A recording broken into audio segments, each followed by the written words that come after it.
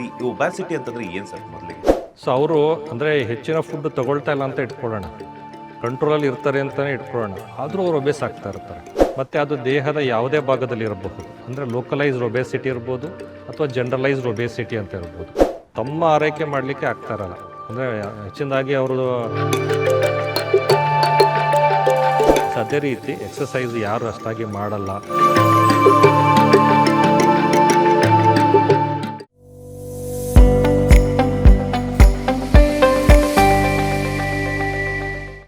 Hi hello ನಮಸ್ಕಾರ, welcome to doctor boss Kannada. ನಾನು Manjunath Srinivas. Day by day technology ಬೆಳೀತಾ ಹೋದಷ್ಟು ನಾವು ಸಹ ಮಷಿನ್ಗಳಾಕಿ ಸ್ಟ್ರೆಸ್ ಲೈಫ್ನ ಲೀಡ್ ಮಾಡ್ತಾ ಅದರೊಟ್ಟಿಗೆ ಪ್ರಾಪರ್ ಫುಡ್ಡನ್ನು ತಗೊಳ್ದೆ ಸಾಕಷ್ಟು ಒಬ್ಯಾಸಿಟಿಗೆ ಕಾರಣವಾಗ್ತಾ ಇದ್ವಿ. ನಾವು ತಗೊಳ್ಳುವಂತಹ ಟೆನ್ಷನಿಂದ ಆಗಿರ್ಬೋದು ಅಥವಾ ನಾವು ತಗೊಳ್ಳೋದ್ರಿಂದ ಆಹಾರದಿಂದ ಆಗಿರ್ಬೋದು, ಒಬ್ಯಾಸಿಟಿ ಅನ್ನೋದು ನಮ್ಮ ಪ್ರತಿನಿತ್ಯದ ಬದುಕಿನಲ್ಲಿ ಜಾಸ್ತಿ ಆಗ್ತಾ ಇದೆ. ಸೊ ಈ ಒಂದು ವಿಚಾರಕ್ಕೆ ಸಂಬಂಧಪಟ್ಟಂತೆ ಕಲ್ಸ್ ಅಂಡ್ ಕರುಸ್ ಹಾಸ್ಪಿಟಲ್ನಲ್ಲಿ 20 ವರ್ಷಗಳ ತಮ್ಮ ವೈದ್ಯಕೀಯ ವೃತ್ತಿಪರತೆಯಲ್ಲಿ ಸಾಕಷ್ಟು ಅನುಭವವನ್ನು ಹೊಂದಿರುವಂತಹ ಪ್ಲಾಸ್ಟಿಕ್ ಹಾಗೂ ಕಾಸ್ಮೆಟಿಕ್ ಸರ್ಜನ್ ಆಗಿರುವಂತಹ ಡಾಕ್ಟರ್ ಗಿರೀಶ್ ಎಸಿ ಅವರು ಸಾಕಷ್ಟು ವಿಚಾರಗಳನ್ನ ತಿಳಿಸ್ಕೊಡ್ತಾ ಹೋಗ್ತಾರೆ. ಸರ್, ಮೊದಲನೇದಾಗಿ ನಮಸ್ತೆ, ಕಾರ್ಯಕ್ರಮಕ್ಕೆ ಸ್ವಾಗತ. ನಮಸ್ಕಾರ. ಹೇಗಿದ್ದೀರಾ sir? Thank you very much. Sir, ಇತ್ತೀಚಿನ ದಿನಗಳಲ್ಲಿ ನಿಮಗೆ ಗೊತ್ತಿರುತ್ತೆ, ನಾವು ನಡೀತಾ ಇದ್ದಂಥವ್ರು ಓಡೋದಕ್ಕೆ ಶುರು ಮಾಡಿದ್ದೀವಿ. ಬಿಕಾಸ್ ಯಾಕಂತಂದರೆ ಟೆಕ್ನಾಲಜಿ ಒಂದು ಕಡೆ ಬೆಳೀತಾ ಇದೆ, ಮತ್ತೊಂದು ಕಡೆ ಅದೇ ರೀತಿ ನಾವು ಹೆಲ್ತ್ ಕಡೆ ಕೂಡ ಕಾನ್ಸಂಟ್ರೇಟ್ ಮಾಡೋಕ್ಕಾಗತ್ತೆ, ಸಾಕಷ್ಟು ಸಫರ್ ಆಗ್ತಾ ಇದ್ವಿ. ಅದರಲ್ಲಿ ಮೇಯ್ನ್ ಏನಂತಂದರೆ ಒಬ್ಯಾಸಿಟಿ. ಈ ಒಬ್ಯಾಸಿಟಿ ಅಂತಂದರೆ ಏನು ಸರ್ ಮೊದಲಿಗೆ? ಅಥವಾ ಬೊಜ್ಜುತನ ಅಂತ ಹೇಳ್ಬೋದು. ಒಬ್ಯಾಸಿಟಿ ಅಂತ ಹೇಳಿದ್ರೆ ಇದು ಬೊಜ್ಜುತನ ಅಂದರೆ ಏನು ಅಂತ ಹೇಳಿದ್ರೆ ನಮ್ಮ ದೇಹಕ್ಕೆ ಬೇಡವಾದ ಅಗತ್ಯಕ್ಕಿಂತ ಜಾಸ್ತಿ ಒಂದು ಏನು ಕೊಬ್ಬು ಶೇಖರಣೆ ಆಗುತ್ತೆ, ಅದು ಒಂದು ಭಾಗದಲ್ಲಿರಬಹುದು, ಅಂದರೆ ಹೊಟ್ಟೆಯ ಭಾಗದಲ್ಲಿರಬಹುದು ಅಥವಾ ಒಂದು ಸೊಂಟದ ಭಾಗದಲ್ಲಿರ್ಬೋದು, ಹಿಪ್ಸ್ ಅಂತ ಹೇಳ್ತೀವಿ. ಸೊ ಅದೇ ರೀತಿ ದೇಹದ ಕೆಲವರಿಗೆ ಜನರಲ್ ಒಬೇಸಿಟಿ ಅಂತ ಹೇಳಿದ್ರೆ ಕಂಪ್ಲೀಟ್ ಬಾಡಿನೇ ಅವ್ರಿಗೆ ಒಬೇಸ್ ಆಗಿರ್ತಾರೆ. ಎಲ್ಲ ಪಾರ್ಟ್ಸ್ಗಳು ಅವ್ರಿಗೆ ಈ ಎಕ್ಸ್ಟ್ರಾ ಅಥವಾ ಎಕ್ಸಸ್ ಫ್ಯಾಟ್ ಅಕ್ಯುಮಿಲೇಷನ್ ಆಗಿರುತ್ತೆ. ಈ ಒಬೇಸಿಟಿ ಅನ್ನೋದು ಯಾವಾಗ ಅಂತ ಹೇಳಿದ್ರೆ, ಈ ಫ್ಯಾಟ್ ಅನ್ನೋದು ಸ್ಕಿನ್ನು ಮತ್ತು ಮಸಲಿನ ಮಧ್ಯ ಇರ್ತಕ್ಕಂಥ ಒಂದು ಸಾಫ್ಟ್ ಟಿಶ್ಯೂ ಅಂತ ಹೇಳ್ತೀವಿ. ಸೊ ನಾನು ಆಲ್ರೆಡಿ ಹೇಳಿರೋ ಪ್ರಕಾರ ಅಗತ್ಯಕ್ಕಿಂತ ಜಾಸ್ತಿಯಾಗಿ ಅದು ಶೇಖರಣೆ ಆದಾಗ ಈ ಜಾಗಗಳಲ್ಲಿ, ಅಂದರೆ ಸ್ಕಿನ್ ಮತ್ತು ಮಸಲ್ಗಿನ ಮಧ್ಯದಲ್ಲಿ, ಮತ್ತು ಅದು ದೇಹದ ಯಾವುದೇ ಭಾಗದಲ್ಲಿ ಇರಬಹುದು, ಅಂದರೆ ಲೋಕಲೈಸ್ಡ್ ಒಬೇಸಿಟಿ ಇರ್ಬೋದು ಅಥವಾ ಜನರಲೈಸ್ಡ್ ಒಬೇಸಿಟಿ ಅಂತ ಇರ್ಬೋದು. ಈ ರೀತಿ ಅತಿ ಹೆಚ್ಚಿನದಾದ ಫ್ಯಾಟ್ ಅಕ್ಯುಮಿಲೇಷನ್ಗೆ ನಾವು ಒಬೇಸಿಟಿ ಅಥವಾ ಬೊಜ್ಜುತನ ಅಂತ ಹೇಳ್ತೀವಿ. ಒಬೆಸಿಟಿಗೆ ಮೇನ್ ರೀಸನ್ಸ್ ಏನು ಅಂತ, ಕಾರಣಗಳು ಏನು ಬರುತ್ತೆ ಅಂತ? ಒಂದು ಕಡೆ ನಾವು ಇತ್ತೀಚಿನ ದಿನಗಳಲ್ಲಿ ಎಕ್ಸಸೈಸ್ ಮಾಡ್ತಿಲ್ಲ, ಸೊ ಆಮೇಲೆ ಅದ್ರ ಜೊತೆಗೆ ಹೆಲ್ದಿ ಫುಡ್ ಅನ್ನೋದು ತಗೊಳೋಕ್ಕಾಗ್ತಿಲ್ಲ, ಅದೊಂದು ಮೇಜರ್ ಇವಾಗ ಎಲ್ರಿಗೂ ಗೊತ್ತಿರುವಂಥದ್ದು. ಇದು ಬಿಟ್ಟು ಬೇರೆ ಏನಾದರೂ ಕಾರಣಗಳಿದೆಯಾ ಅಂತ? ಸೊ ನಾವು ಅಂದರೆ ಎಲ್ಲರೂ ಈ ಎರಡು ಫ್ಯಾಕ್ಟ್ರಿಗಳ ಮೇಲೆ ಫೋಕಸ್ ಮಾಡ್ತಾ ಇರ್ತಾರೆ. ಸೊ ಅಂದರೆ ಜನರಲಾಗಿ ಇದು ಎರಡೇ ಫ್ಯಾಕ್ಟ್ರಿ ಇರಬಹುದು ಅನ್ನೋ ಥರದಲ್ಲೂ ಕೂಡ ಯೋಚನೆ ಮಾಡ್ತಾ ಇರ್ತಾರೆ. ಬಹಳ ಇಂಪಾರ್ಟೆಂಟು ಅಥವಾ ನಾವು ಮಿಸ್ ಆಗ್ತಕ್ಕಂತಹ ಒಂದು ಮೋಸ್ಟ್ ಇಂಪಾರ್ಟೆಂಟ್ ಫ್ಯಾಕ್ಟರ್ ಅಂತ ಹೇಳಿದ್ರೆ ಈ ಅನುವಂಶೀಯತೆ ಅಂತ ಹೇಳ್ತೀವಿ, ಅಥವಾ ಅದಕ್ಕೆ ಜೆನೆಟಿಕ್ ಅಂತ ಹೇಳ್ತೀವಿ. ಇವಾಗ ಫಾರ್ ಎಕ್ಸಾಂಪಲ್ ಯಾರೇ ಒಂದು ಪರ್ಸನ್ ಒಬೇಸ್ ಇರ್ತಾರೆ ಅಂತ ಹೇಳಿದ್ರೆ, ಆ ಫ್ಯಾಮಿಲಿಯಲ್ಲಿ ಅವರ ತಾಯಿಯವರು ಅದು ಒಬೆಸಿಟಿ ಆಲ್ರೆಡಿ ಇರಬಹುದು ಅವರಿಗೆ. ಸೊ ಅವರಿಗೆ ಅಥವಾ ದೇಹದ ಒಂದು ಭಾಗ ಇರ್ಬೋದು ಅಥವಾ ಕಂಪ್ಲೀಟ್ ಅವರು ಒಬೇಸ್ ಆಗಿರಬಹುದು.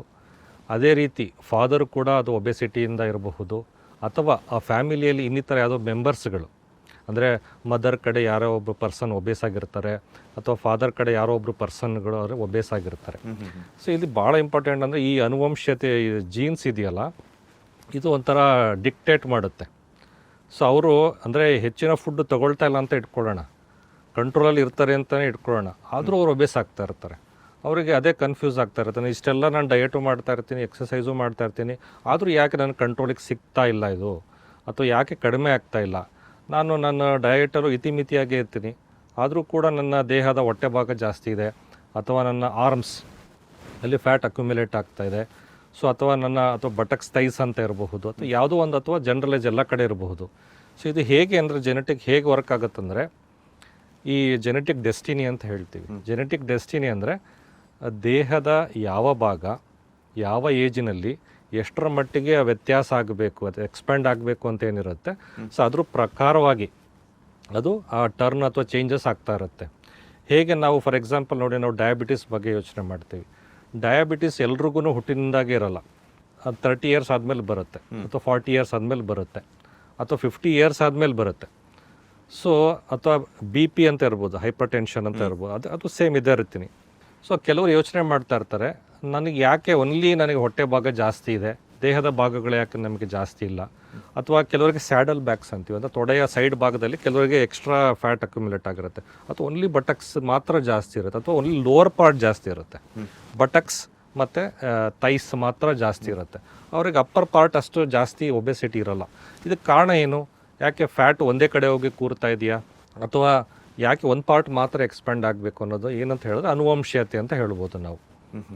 ಸೊ ಅನುವಂಶೀಯತೆ ಅಂದರೆ ಈ ಥರ ಅದು ಭಾಳ ಸ್ಟ್ರಾಂಗ್ ಫ್ಯಾಕ್ಟರ್. ಅದು ಯಾವುದೇ ಒಂದು ವಿಚಾರಕ್ಕೆ ಬಂದರು, ಒಂದು ಕೂದಲು ಹೇರ್ ಲಾಸ್ ಇರಬಹುದು, ಯಾವ ಏಜಲ್ಲಿ ಎಷ್ಟರ ಮಟ್ಟಿಗೆ ಹೇರ್ ಲಾಸ್ ಆಗಬೇಕು, ಅದೇ ರೀತಿ ನಾನು ಬಿ ಪಿ ಮತ್ತು ಇದನ್ನು ಡಯಾಬಿಟೀಸ್ ಬಗ್ಗೆ ಹೇಳಿದೆ, ಇನ್ನೊಂದು ಈ ಕಾರ್ಡಿಯಾಕ್ ಹಾರ್ಟ್ ಅಟ್ಯಾಕ್, ಅದೇ ರೀತಿಯೇ ಈ ದೇಹದ ನಮ್ಮ ಏನೇ ಒಂದು ವಿಚಾರಗಳು ಕೂಡ ಈ ಜೆನೆಟಿಕ್ ರಿಲೇಟೆಡ್ ಆಗಿರುತ್ತೆ. ಸೊ ಅಲ್ಲಿ ಇವಾಗ ತಾಯಿ ಒಬೇಸ್ ಇರ್ತಾರೆ ಅಥವಾ ತಂದೆ ಒಬೇಸ್ ಇರ್ತಾರೆ, ಮಕ್ಕಳಿಗೆ ಅವ್ರೇನು ಹೇಳ್ತಾ ಇರ್ತಾರೆ ಅಂದರೆ ಈ ಆಟ ಆಡ್ಲಿಕ್ಕೆ ಹೇಳ್ತಾ ಇರ್ತಾರೆ, ಅಥವಾ ವ್ಯಾಯಾಮ ಮಾಡ್ಲಿಕ್ಕೆ ಹೇಳ್ತಾ ಇರ್ತಾರೆ, ಫುಡ್ಡು ನೀನು ಎಲ್ಲ ಕಡಿಮೆ ಮಾಡು ಅಂತಿರ್ತಾರೆ. ಅಂದರೂ ಕೂಡ ಅವರಿಗೆ ಒಂಥರ ಚಿಂತೆ ಆಗ್ತಾ ಇರುತ್ತೆ, ಇದೇನಕ್ಕೆ ಕಡಿಮೆ ಆಗ್ತಾ ಇಲ್ಲ ಅವರಿಗೆ, ನಾವಷ್ಟೆಲ್ಲ ನಾವು ಪ್ರಾಪರ್ ಕೇರ್ ತೊಗೊಳ್ತಾ ಇದ್ದೀವಿ. ಅಂದರೆ ಜೆನೆಟಿಕ್ ಫ್ಯಾಕ್ಟರ್ ಭಾಳ ಇಂಪಾರ್ಟೆಂಟು.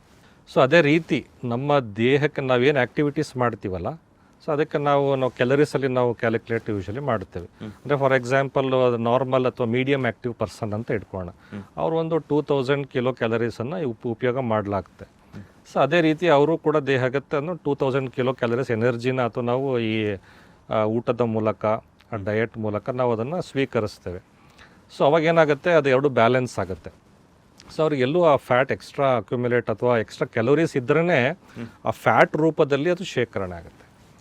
ಸೊ ಇಲ್ಲಿ ಅದು ಏನಾಗುತ್ತೆ, ಎಕ್ಸ್ಟ್ರಾ ನಾವು ಕ್ಯಾಲೋರೀಸ್ ಅಂತ ಹೇಳ್ತೀವಿ. ಅಂದರೆ ಡಯಟಲ್ಲಿ ಎಕ್ಸ್ಟ್ರಾ ಕ್ಯಾಲೋರೀಸ್ ಯಾವಾಗ ಬರುತ್ತೆ ಅಂದರೆ ಈ ಆಲ್ಕೋಹಾಲ್ ಇರ್ಬೋದು, ಅಥವಾ ಎಣ್ಣೆ ಪದಾರ್ಥಗಳಿರಬಹುದು, ಅದಕ್ಕೆಲ್ಲ ಎಕ್ಸ್ಟ್ರಾ ಕ್ಯಾಲೋರೀಸ್. ಈ ಜಂಕ್ ಫುಡ್ಸ್ ಅಂತ ಇರ್ಬೋದು, ಅಥವಾ ನಾನ್ ವೆಜ್ ಜಾಸ್ತಿ ತೊಗೊಳ್ಳುವಂಥದ್ದು ಇರ್ಬೋದು. ಇಲ್ಲಿ ನಾವು ಕ್ವಾಲಿಟಿಗಿನ ಜಾಸ್ತಿ ಕ್ವಾಂಟಿಟಿ ಮ್ಯಾಟ್ರ್ ಆಗುತ್ತೆ, ಮತ್ತು ಕ್ಯಾಲೋರೀಸ್ ಇನ್ ಮೈಂಡ್. ಇವಾಗ ನಾವು ಒಂದು ನಾನ್ ವೆಜ್ ತಿನ್ನಬಾರ್ದು ಅಂತಲ್ಲ, ನಾನ್ ವೆಜ್ ತೊಗೊಳ್ಬೇಕಾದ್ರೆ ಇದರಲ್ಲಿ ಎಕ್ಸ್ಟ್ರಾ ಇದ್ರ ಕ್ಯಾಲೋರೀಸ್ ಎಷ್ಟಿದೆ ಇದರಲ್ಲಿ. ಸೊ ನನಗೆ ಇದರೊಂದು 300 ಕ್ಯಾಲೋರೀಸ್ ಇದೆ ಅಂದರೆ ಫುಡ್ಡಲ್ಲಿ, ಸೊ ನಾನು ಲಿಮಿಟ್ ಮಾಡ್ಕೋಬೇಕು. ನಾವು ತುಂಬಾ ಜಾಸ್ತಿ ತೊಗೊಂಡ್ರೆ ಅದು ಎಕ್ಸ್ಟ್ರಾ ಕ್ಯಾಲೋರೀಸ್ ಎಲ್ಲೋ ಒಂದು ಕಡೆ ದೇಹದ ಯಾವುದೋ ಒಂದು ಭಾಗದಲ್ಲಿ ಅದು ಶೇಖರಣೆ ಆಗೋದು ಖಂಡಿತ. ಸೊ ಅದೇ ರೀತಿ ಅಲ್ಲಿ ಈ ಫ್ಯಾಕ್ಟ್ರಿಗಳ ಜೊತೆ ಮತ್ತು ಎಕ್ಸಸೈಸ್ಗಳು ಕಡಿಮೆ. ಇವಾಗೆಲ್ಲರೂ ಆಲ್ಮೋಸ್ಟ್ ಆಲ್ ಡಿಜಿಟಲ್, ಇವಾಗ ಲ್ಯಾಪ್ಟಾಪ್ ಹೋಗಿ ಎಲ್ಲ ಮೊಬೈಲ್ಗೆ ಬಂದಿದೆ. ಅಂದರೆ ಕೂತಲ್ಲೇ ಮತ್ತು ಫುಡ್ಸನ್ನು ನೀವೆಲ್ಲ ನೋಡಿರ್ಬೋದು, ಇವಾಗ ಎಲ್ಲೂ ಯಾರು ಹೋಗಿ ಸಾಮಾನುಗಳು ಕೂಡ ತೊಗೊಂಬರಲ್ಲ. ಬ್ಲಿಂಕಿಟ್ಟು ಅಥವಾ ಈ ಥರ ಅನೇಕ ಒಂದು ಏನಿರ್ತವೆ ಆ ಆ್ಯಪ್ಗಳಲ್ಲೇ ಅದು ಮನೆಗೆ ಬರುವಂಥ ಒಂದು ಸ್ವಿಗ್ಗಿ ಮತ್ತೊಂದರಲ್ಲಿ ಫುಡ್ ಡೈರೆಕ್ಟಾಗೆ ಟೇಬಲ್ಗೆ ಬಂದುಬಿಡುತ್ತೆ. ಸೊ ಈವನ್ ಅಲ್ಲಿ ಆ ಒಂದು ಎಕ್ಸ್ಟ್ರಾ ಒಂದು ಆ್ಯಕ್ಟಿವಿಟೀಸು ಇರಲ್ಲ, ಅಂದರೆ ನಾರ್ಮಲ್ ಆ್ಯಕ್ಟಿವಿಟೀಸೇ ಇಲ್ಲ. ಸೊ ಅದೇ ರೀತಿ ಎಕ್ಸಸೈಸ್ ಯಾರು ಅಷ್ಟಾಗಿ ಮಾಡಲ್ಲ, ಯಾವಾಗಲೂ ಸೆಡೆಂಟರಿ ಲೈಫ್ ಸ್ಟೈಲ್ ಅಂತೀವಿ. ಯಾವಾಗಲೂ ಈ ಕಂಪ್ಯೂಟರ್ ವರ್ಕು ಅಥವಾ ಲ್ಯಾಪ್ಟಾಪ್ ಅಥವಾ ಈ ಒಂದು ಮೊಬೈಲಲ್ಲೇ ಒಂದು ಕಾಲ ಕಳೆಯುತ್ತಾ ಎಕ್ಸ್ಟ್ರಾ ಆ್ಯಕ್ಟಿವಿಟೀಸ್ ಇಲ್ಲದೆ ಇರೋರಿಗೂ ಕೂಡ ಕ್ಯಾಲರಿ ಬರ್ನ್ ಆಗಲ್ಲ. ಸೊ ನಾವು ಫಾರ್ ಎಕ್ಸಾಂಪಲ್ ನಮ್ಮ ಅಗತ್ಯಕ್ಕೆ 2000 ಕಿಲೋ ಕ್ಯಾಲರೀಸ್ ಬೇಕು ಅಂತ ಇಟ್ಕೊಳ್ಳೋಣ, ನಾವು 2500 ಕ್ಯಾಲರೀಸ್ ನಾವು ಎಕ್ಸ್ಟ್ರಾ, ನಾವು ಅಂದರೆ 500 ಎಕ್ಸ್ಟ್ರಾ ತೊಗೊಳ್ತೀವಿ ಅಂತ ಇಟ್ಕೊಳ್ಳೋಣ ಫುಡ್ಡಲ್ಲಿ. ಅದನ್ನೇ ನಾವು ಖರ್ಚು ಮಾಡಿದ್ರೆ, ಅದು ನಾವು ಶೇಖರಣೆ ಆಗಿರೋದು ಖರ್ಚು ಮಾಡಿದ್ರೆ ಅದು ಬ್ಯಾಲೆನ್ಸ್ ಆಗುತ್ತೆ. ಸೊ ಅದನ್ನು ನಾವು ಯೋಚನೆ ಮಾಡಬೇಕು. ಸೊ ಒಂದು ನಾವು ಅದು ಇತಿಮಿತಿಯಲ್ಲಿ ತೊಗೊಳ್ಳುವಂಥದ್ದಾದರೆ, ಸೊ ಇನ್ನೊಂದು ಈ ಎಕ್ಸಸೈಸ್ ಮಾಡೋದ್ರಿಂದ ಕ್ಯಾಲರಿ ಬರ್ನ್ ಮಾಡುವಂಥದ್ದು. ಸೊ ಇದು ಕೂಡ ಆ್ಯಕ್ಟಿವಿಟಿ ಕಡಿಮೆ ಆದರೂ ಕೂಡ ಒಂದು ಕಾಂಟ್ರಿಬ್ಯೂಷನ್ ಫ್ಯಾಕ್ಟ್ರು. ಸೊ ಡಯಟು ಕೂಡ, ಮತ್ತು ಲೆಸ್ ಆ್ಯಕ್ಟಿವಿಟಿ ಅಥವಾ ಸೆಡೆಂಟರಿ ಲೈಫ್ ಸ್ಟೈಲು. ಅದೇ ರೀತಿ ಈ ಫೀಮೇಲ್ಸಲ್ಲಿ ಎಸ್ಪೆಷಲಿ ಹಾರ್ಮೋನಲ್ ಇಂಬ್ಯಾಲೆನ್ಸ್ ಅಂತ ಹೇಳ್ತೀವಿ. ಹಾರ್ಮೋನ್ಗಳ ವ್ಯತ್ಯಾಸ ಇದ್ದಾಗ, ಸೊ ಅಲ್ಲಿ ಏನಾಗುತ್ತೆ, ಅವ್ರಿಗೆ ಫೀಮೇಲ್ ಹಾರ್ಮೋನ್ಸ್ ಜಾಸ್ತಿ ಆದಾಗ ಈ ಫ್ಯಾಟ್ ಅಕ್ಯುಮುಲೇಷನ್ ಆಗೋದಂತೂ ಆಗುತ್ತೆ. ಅದೊಂದು. ಇನ್ನೊಂದು ಕಂಡೀಷನ್ ಏನಂದರೆ ಈ PCOD ಅಂತೀವಿ, ಅಥವಾ ಇನ್ಸುಲಿನ್ ರೆಸಿಸ್ಟೆನ್ಸ್ ಅಂತ ಹೇಳ್ತೀವಿ. ಸೊ ಆ ಒಂದು ಟೈಮಲ್ಲಿ ಏನಾಗುತ್ತೆ, ಅದು ಕೂಡ ಈ ಫ್ಯಾಟ್ ಅಕ್ಯುಮುಲೇಷನ್, ಒಬೆಸಿಟಿ ಕೂಡ ಒಂಥರ ವಿಶ್ವ ಸೈಕಲ್. ಒಬೆಸಿಟಿಯಿಂದ PCOD ಇರುತ್ತೆ, PCODಯಿಂದ ಒಬೆಸಿಟಿ ಮೇಂಟೈನ್ ಆಗ್ತಾ ಇರುತ್ತೆ. ಸೊ ಇದೊಂದು ಕಂಡೀಷನ್ಗಳು. ಅಥವಾ ಈ ಪೋಸ್ಟ್ ಪ್ರೆಗ್ನೆನ್ಸಿ ಚೇಂಜಸ್ ಅಂತ ಹೇಳ್ತೀವಿ. ಪೋಸ್ಟ್ ಪ್ರೆಗ್ನೆನ್ಸಿ ಚೇಂಜಸ್ ಅಂದರೆ ಅವ್ರಿಗೆ ತಮ್ಮ ಆರೈಕೆ ಮಾಡಲಿಕ್ಕೆ ಆಗ್ತಾ ಇರಲ್ಲ. ಅಂದರೆ ಹೆಚ್ಚಿನದಾಗಿ ಅವ್ರದ್ದು ಮಗು ಆರೈಕೆ ಇರಬಹುದು ಅಥವಾ ಫ್ಯಾಮಿಲಿ ಆರೈಕೆ ಇರ್ಬೋದು, ಅದರಲ್ಲೇ ಅವರು ತಮ್ಮನ್ನು ಮರ್ತು ಬಿಟ್ಟಿರ್ತಾರೆ, ಅಂದರೆ ತಮ್ಮ ಆರೈಕೆನ, ಆ್ಯಕ್ಟಿವಿಟೀಸ್ ಅಷ್ಟಾಗಿ ಇರಲ್ಲ. ಸೊ ಅವಾಗೂ ಕೂಡ ಈ ಒಬೆಸಿಟಿ ಅನ್ನೋದು ಬರುತ್ತೆ. ನಾವು ಪೋಸ್ಟ್ ಪ್ರೆಗ್ನೆನ್ಸಿಯಲ್ಲಿ ನಾವು ತುಂಬ ಕಾಮನಾಗಿ ನೋಡ್ತಾ ಇರ್ತೀವಿ. ಸೊ ಇಷ್ಟೆಲ್ಲ ಫ್ಯಾಕ್ಟರ್ಸು ಕಾಂಟ್ರಿಬ್ಯೂಷನ್ ಅಥವಾ ಕಾಂಟ್ರಿಬ್ಯೂಟರಿ ಫ್ಯಾಕ್ಟರ್ಸ್ ಅಂತೀವಿ. ಪ್ರೈಮರಿಯಾಗಿ ಜೆನೆಟಿಕ್ಕು. ಇನ್ನೊಂದು ಹೇಳ್ಬೋದು ನಾವು, ಇವಾಗ ತುಂಬ ಲೀನ್ ಇರ್ತಾರೆ, ಆ ಲೀನ್ ಪರ್ಸ್ನಾಲಿಟಿ ಅವರು ಎಷ್ಟೇ ಫುಡ್ ತಗೊಂಡ್ರೂ ಕೂಡ ದಪ್ಪ ಆಗಲ್ಲ ಅವರು ದಪ್ಪ ಆಗಲಿಕ್ಕೆ ಒಂದು ಪರಿಹಾರ ಹುಡುಕ್ತಾ ಇರ್ತಾರೆ. ಇದೇನು ನಾನು ಅಷ್ಟು ಫುಡ್ ತೊಗೊಂಡ್ರು ನಾನು ಇಷ್ಟೇ ಇದ್ದೀನಿ ಅಂತ, ಯಾಕಂದರೆ ಆ ಜೆನೆಟಿಕ್ ಅಷ್ಟು ಸ್ಟ್ರಾಂಗ್ ಆಗಿರುತ್ತೆ. ಸೊ ಒಂದು ಲೀನ್ ಪರ್ಸ್ನಾಲಿಟಿ ಇರಬಹುದು, ಅಥವಾ ಒಂದು ಮೀಡಿಯಂ ಪರ್ಸ್ನಾಲಿಟಿ ಇರ್ಬೋದು, ಅಥವಾ ಒಬೇಸಿಟಿ ಇರ್ಬೋದು, ಜೆನೆಟಿಕ್ ಪ್ರೈಮರಿ, ಮತ್ತು ಇವೆಲ್ಲ ಉಳಿದಿದ್ದೆಲ್ಲ ಕಾಂಟ್ರಿಬ್ಯೂಷನ್ ಇದ್ದೇ ಇರುತ್ತೆ. ಹಾಗೆ ಲೇಟೆಸ್ಟ್ ಹಾಗೂ ಇಂಟ್ರೆಸ್ಟಿಂಗ್ ಸುದ್ದಿಗಳಿಗಾಗಿ ಬಾಸ್ ಟಿವಿ ಕನ್ನಡ ಚಾನೆಲ್ನ ಸಬ್ಸ್ಕ್ರೈಬ್ ಮಾಡಿ, ಹಾಗೆಯೇ ಬೆಲ್ ಐಕಾನ್ ಪ್ರೆಸ್ ಮಾಡಿ. ಇದರ ಜೊತೆಗೆ ಫೇಸ್ಬುಕ್, ಇನ್ಸ್ಟಾಗ್ರಾಮ್, ಎಕ್ಸ್ನಲ್ಲೂ ಮಿಸ್ ಮಾಡದೆ ಫಾಲೋ ಮಾಡಿ.